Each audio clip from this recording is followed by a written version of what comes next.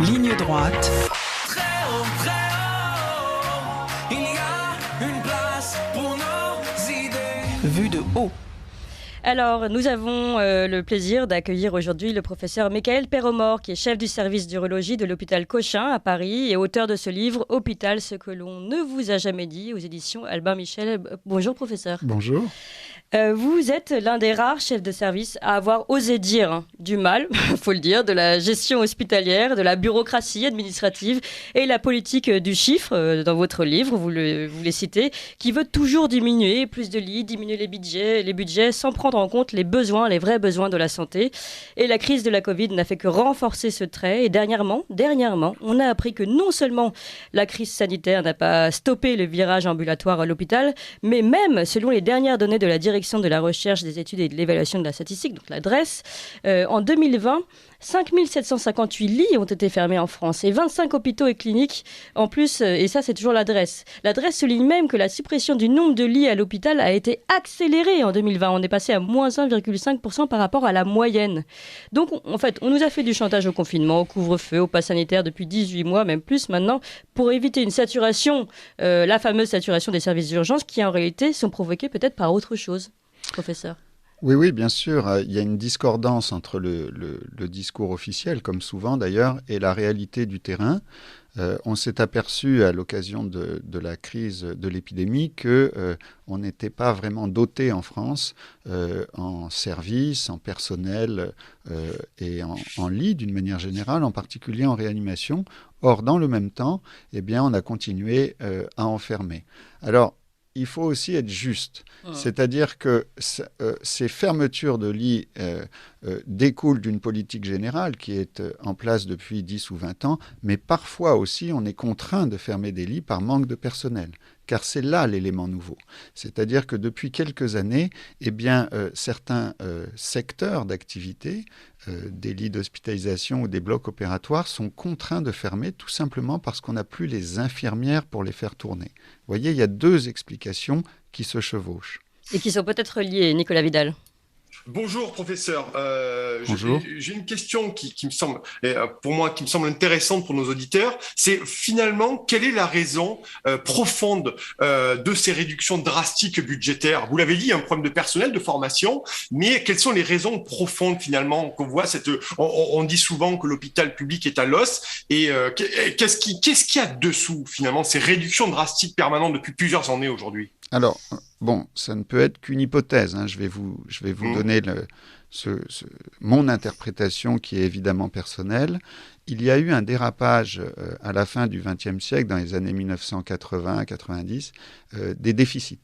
Il y a eu un dérapage des déficits à l'hôpital, et donc les décideurs politiques ont pensé que c'est en restreignant finalement l'offre de soins qu'on allait améliorer la situation financière des hôpitaux. Et donc, on a dit, on va fermer des lits, on va réduire le personnel, et ça fera comme ça des dépenses en moins. Mais c'était sans prendre en compte les besoins de la population qui, eux, augmentaient de manière exponentielle dans le même temps, si vous voulez. Et donc, on a créé une espèce de goulet d'étranglement où l'offre de soins n'est plus adaptée à la demande. Et je trouve que c'est une erreur que d'avoir pensé comme ça, parce que finalement, ce sont des mécanismes purement comptables. Il y avait sans doute des économies à faire dans le système, mais il fallait les chercher ailleurs que sur le dos des soignants et des patients. Pourquoi ? Parce que dans le même temps, pour appliquer toutes ces politiques de réduction de l'offre de soins, on a mis en place tout un système très technocratique avec une inflation d'administratifs et de gestionnaires qui, eux, ont coûté dans le même temps beaucoup d'argent. C'est-à-dire que pendant qu'on réduisait l'argent, les budgets dédiés aux soins, on augmentait les budgets dédiés à la gestion. Et donc, ce qu'on a gagné d'un côté, on l'a perdu de l'autre. Vous avez aussi parlé tout à l'heure, donc il y a cette discordance entre le discours officiel et la réalité et la réduction drastique des moyens alloués à l'hôpital. Et vous avez ensuite parlé du manque de personnel. Et justement, on en rajoute à ce manque de personnel qui était déjà un problème. Et puis maintenant, avec l'obligation vaccinale des soignants qui fait qu'on ne fait que perdre de plus en plus de soignants. Exactement. Alors, il y a eu quand même un mouvement, il y a eu une cassure il y a quelques années. C'est-à-dire que jusqu'à il y a quelques années, la diminution des effectifs en personnel était voulue. C'était la politique hospitalière, comme je viens de le dire, mise en place par nos décideurs, par nos tutelles. Sauf qu'aujourd'hui, le phénomène s'est aggravé, s'est autonomisé, et maintenant on a des postes un peu vacants partout, parce que les gens en ont marre à l'hôpital, ils ne trouvent plus de sens à leur métier, on est tous à l'os, et maintenant ils partent. Et ce sont les mêmes aujourd'hui, nos décideurs qui regrettent ces mouvements de départ, d'hémorragie de personnel, ce sont bien souvent les mêmes qui ont créé ce phénomène. Vous comprenez ? Oui, cette ambiance, on va dire, de travail. Voilà. Et aujourd'hui, nos directeurs d'hôpitaux nous disent « Oh là là, il faut absolument recruter, on met en place des primes d'attractivité, etc. » Mais ce sont bien souvent les mêmes qui ont supprimé les postes. Elle est là l'ironie du sort. Tout à fait. Et vous parlez des primes d'attractivité. Puis là, on a vu dernièrement des recrutements. Je vais donner des noms. Je ne sais pas si ça va parler à tous nos auditeurs. Sur TikTok, sur Twitter, avec des petites vidéos. Alors, les conditions pour les soignants tous les jours sont terribles. Et vous les racontez très bien dans votre livre. Avec des gens qui se donnent cœur et corps pour leurs patients. Et d'un autre côté, comme aujourd'hui les gens sont dégoûtés par ce travail malheureusement parce qu'ils ne peuvent pas travailler comme ils veulent, c'est-à-dire apporter du soin à l'autre, eh bien on va aller faire des petites vidéos sur Twitter, on va les recruter à l'étranger aussi beaucoup. Vous le voyez ça aussi à l'hôpital ? Bien sûr, bien sûr. Alors ce qu'on voit beaucoup, ce sont les recrutements par le biais des sociétés d'intérim. C'est-à-dire, nous n'avons plus de personnel titulaire. Les infirmières s'inscrivent dans des sociétés d'intérim médical. Et comme il y a des postes vacants un peu partout, bien, pour faire tourner les programmes opératoires et les services, nos directions sont obligées de faire appel à du personnel intérimaire qui coûte 3 ou 4 fois plus cher que du personnel titulaire. Et aussi efficace, peut-être Ah non, ces gens-là, qui ont parfois des grandes compétences professionnelles, viennent ponctuellement à la pige, si je puis dire, dans un service, mais sans véritablement s'incorporer à l'équipe, sans s'impliquer dans le soin. Donc pour nous, c'est assez dramatique. D'abord, ça coûte très très cher à l'hôpital. Les budgets de l'intérim à l'hôpital sont colossaux, donc ça ne fait qu'aggraver les déficits au passage, et en plus, en termes d'équipe, de sentiment d'appartenance au bien commun, eh bien on n'y est pas du tout, puisque ce sont des gens qui viennent ponctuellement, un jour dans un service, le lendemain dans un autre service, le surlendemain dans un autre hôpital. Donc ça a déstructuré tout le lien qu'il y avait entre les soignants. Oui, professeur Perromont. Finalement, j'ai l'impression que cette crise sanitaire, elle a fait éclater au grand jour la crise grave dans les hôpitaux, mais plus largement aussi, il me semble, à mon avis, qu'on a mis aussi en lumière l'univers économique de la santé. C'est un gros mot, économique de la santé, et surtout avec le rôle de l'industrie pharmaceutique. C'est pas ça aussi qui a éclaté au grand jour là depuis le début de cette crise sanitaire pour la plupart des gens, de façon publique aujourd'hui. Bien sûr, vous avez tout à fait raison. Les gens ont pris conscience que tout ça était très onéreux. La santé, comme chacun sait, ça coûte très cher. Il faut bien comprendre qu'avant, les gens, quand ils arrivaient en retraite, ils avaient un infarctus ou un cancer et en général, ils en mouraient. Aujourd'hui, on passe autant de temps en retraite qu'en activité. On développe souvent des maladies chroniques. On guérit, et c'est tant mieux, de la plupart des pathologies, y compris des cancers, et les traitements sont de plus en plus coûteux. Donc, si vous voulez, la santé coûte de plus en plus cher à la collectivité, et là, il y a un vrai problème. Ça me fait penser qu'il va falloir un jour ou l'autre s'attaquer au problème de fond, qui est la réforme de la sécurité sociale. Est-ce qu'il faut continuer à rembourser la quasi-totalité des soins, comme c'est le cas aujourd'hui, avec toute la gabegie que ça représente parfois, puisqu'il y a beaucoup de fraude et d'abus, ça je pense que chacun en a pris conscience, ou bien est-ce qu'il ne faut pas focaliser les remboursements sur les pathologies les plus graves ? Il va falloir un jour se poser la question, car de mon point de vue, la situation actuelle n'est plus tenable sur le plan financier. Professeur, vous pensez à quoi, par exemple ? Une médecine de confort pour le non-remboursement près de la Sécu ? Exactement, je crois qu'on y viendra d'une manière ou d'une autre. C'est triste à dire, mais il faudra peut-être un jour ne rembourser plus que les pathologies graves, comme par exemple les cancers ou bien les urgences, les fractures, et peut-être laisser à la charge des patients ou des complémentaires santé, comme ça se fait dans quasiment tous les autres pays du monde, eh bien les soins dits plus légers, une entorse par exemple, ou bien une angine. Vous savez, on est le pays au monde où le reste à charge pour les patients est le plus faible. C'est-à-dire ce que le patient doit sortir de sa poche représente aujourd'hui moins de 7% de l'ensemble du coût des soins. C'est le taux le plus faible des pays de l'OCDE. Et pour maintenir cette quasi-gratuité, tous nos gouvernants successifs, de droite, de gauche et du centre, si je puis dire, depuis des décennies, pour maintenir cette quasi-gratuité, on fait des économies sur tout le reste. Et moi, mon hypothèse, c'est qu'on ne peut pas avoir une médecine quasi gratuite, des hôpitaux flambant neufs, des médecins généralistes bien payés, des infirmières revalorisées. Ça n'est pas possible. Il faut faire des choix. Et jusqu'à présent, le choix qui a été fait, pourquoi pas, si tant est que c'est tenable, le choix qui a été fait est de faire très très peu payer aux patients. Ça, je crois que tout le monde en conviendra. Même si les Français râlent en général, ils ne se rendent quand même pas compte qu'ils sont dans un pays où les soins, financièrement, sont très accessibles. Je me demande s'il ne faut pas revenir sur cette idéologie-là et s'il ne faut pas quand même mettre un peu à contribution les patients pour les soins légers, ce qui permettrait de dégager des économies et de rénover les hôpitaux, de relancer la recherche médicale, qui est moribonde en France, et de revaloriser les soignants. Mais là, vous parlez en effet de l'avenir avec l'augmentation des maladies chroniques. Et donc, comme vous le dites, il y a tout un système de la santé à revoir. Mais dès aujourd'hui, moi, je trouve qu'on peut déjà s'interroger sur le fonctionnement de l'hôpital. Finalement, il veut... c'est le règne de la bureaucratie. Rappelons quand même que c'est 30% enfin, pas de l'administration, 30% de l'hôpital, c'est de l'administratif. 35%, des personnels hospitaliers en France ne sont pas en rapport avec le soin. Vous avez des agents techniques, mais vous avez aussi beaucoup d'administratifs. C'est le taux le plus élevé en Europe. Voilà, et ces mêmes personnes sont chargées notamment d'essayer de faire en sorte que les équipes coûtent de moins en moins cher. Et là, vous parlez encore une fois des sociétés d'intérim qui coûtent le triple, voire le quadruple. Donc en fait, déjà, avant même d'aller chercher de l'argent, de demander aux Français, et c'est une bonne idée à mon avis ce que vous dites, mais avant même ça, est-ce qu'on ne peut pas juste retrouver le bon sens de l'hôpital?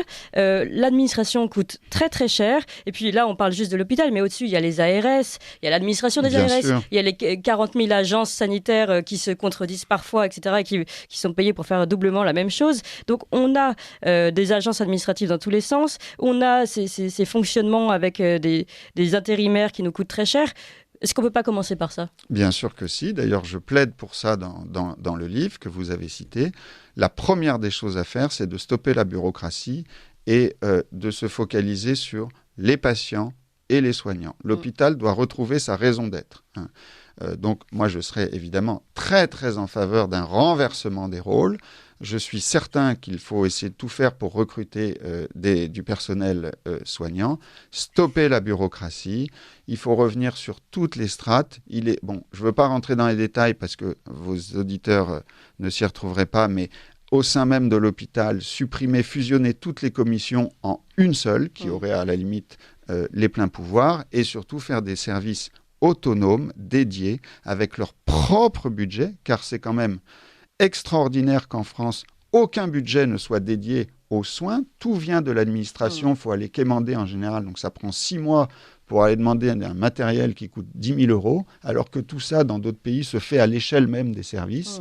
Et il faut, je suis tout à fait d'accord avec vous, la première des choses à faire, c'est de se focaliser sur les soins et les soignants et de stopper la bureaucratie. Professeur, j'ai une question qui me brûle les lèvres, notamment sur la souveraineté sanitaire. Je le dis tout à l'heure, la crise sanitaire, elle a fait émerger des problèmes structurels dans notre pays. Est-ce qu'aujourd'hui, vous pensez, est-ce que c'est une priorité selon vous ou pas, vous allez nous le dire, s'il faut relocaliser notre production de médicaments, notamment je pense bien entendu au Doliprane, il y a toute une série de molécules aussi. Est-ce que c'est une volonté du gouvernement et est-ce qu'il faut le faire en urgence aujourd'hui pour ne pas être dépendant d'autres pays qui pourraient à un moment donné nous mettre le couteau dans les reins en cas de problème et de tension? J'en suis convaincu. Je pense en effet que le domaine de la santé fait partie quasiment des secteurs régaliens et que le pays doit être autonome, ce qui était le cas encore il y a 20 ou 30 ans. Après, est-ce que c'est techniquement faisable? Je n'en sais rien. On sait tous que les coûts de production sont beaucoup plus faibles loin de notre pays qu'à l'intérieur. Je crois que le gouvernement, je ne veux pas parler sans savoir, mais je crois quand même que le gouvernement est conscient de ce problème et qu'il essaye de mettre en place des solutions. Je ne sais pas si ça va se faire, mais en tout cas, bien sûr, la santé doit faire partie des domaines régaliens. Mais est-ce qu'on peut avoir un contrôle à distance? Par exemple, je pense à l'Inde ou à la Chine notamment, sur des molécules de première nécessité. Aujourd'hui, est-ce qu'on a des contrôles aussi sanitaires là-dessus? Est-ce qu'on sait? Parce que ça pose aussi un problème de sécurité, non, sanitaire?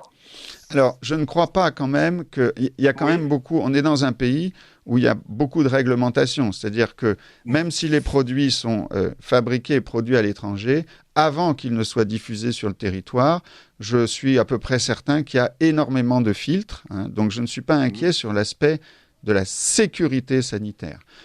On pourrait même dire qu'il y a presque trop de normes parfois et d'échelons administratifs en France qui retardent en fait la mise en place des protocoles. Donc, autant sur le plan idéologique, je serais tout à fait en faveur d'une relocalisation de la production et de la souveraineté nationale, autant sur le plan de la sécurité, je ne suis pas inquiet. On peut peut-être revenir, professeur Perremort, vous parliez tout à l'heure des soignants, et je ne sais pas si vous m'avez bien répondu sur la vaccination obligatoire de ces soignants. Évidemment, donc on a dit, les soignants déjà n'allaient pas très bien dans l'hôpital, l'ambiance n'était pas au rose, et puis là, finalement, on a fini de leur de les achever avec un couteau dans la plaie. Alors, d'abord, je tiens à dire que la majorité des soignants sont vaccinés, c'est plus de 90 ou 95%, ça a été il y a eu un retard au démarrage, mais les choses se sont bien équilibrées. S'agissant de l'obligation vaccinale pour les soignants, moi, je comprends le principe, si vous voulez. C'est-à-dire c'est une mesure symbolique qui consiste à dire les soignants doivent montrer l'exemple. Je le comprends. Néanmoins, je pense que c'était une fausse bonne idée parce qu'on était déjà en pénurie de personnel et chacun savait qu'on allait perdre 1, 2, 3 ou 4% d'infirmières. C'est un chiffre faible, mais quand vous êtes déjà à l'os, eh bien, ça fait des ravages.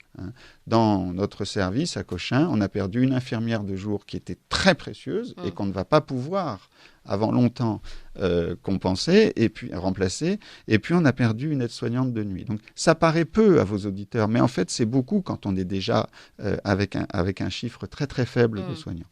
Donc je pense que cette obligation aurait dû être échelonnée dans le temps, peut-être l'année prochaine ou celle d'après, si tant est qu'on retient qu'il faut rester vacciné.